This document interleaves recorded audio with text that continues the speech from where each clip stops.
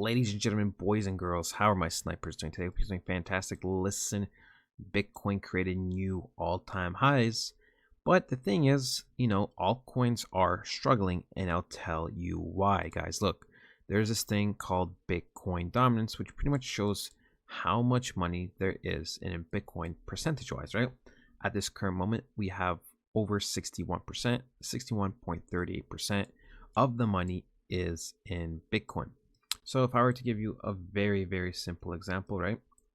If there was just overall $1 million in this market, and we had, for simplicity's sake, we'll use 60%. If we had a 60% dominance, that means $600,000 of the $1 million in this market is in Bitcoin. Okay, right? And now let's give another scenario where Bitcoin holds the same price, right? It doesn't matter the price, but let's say Bitcoin holds the same price, but there is a 50% dominance.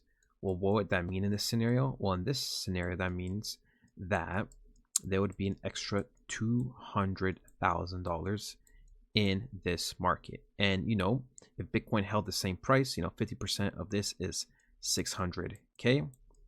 Right? Just how 60% of this is 600K. And the reason why I tell you this is because sometimes in the market, we have scenario one, right?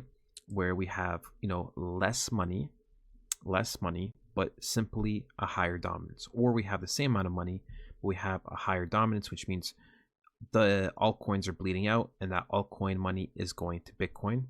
And sometimes we have a case where, Bitcoin will hold the price very well, the dominance will be lower, and there's more money in the market overall, and that would be scenario number two. Okay, so you guys got to remember that sometimes this kind of switches around, right?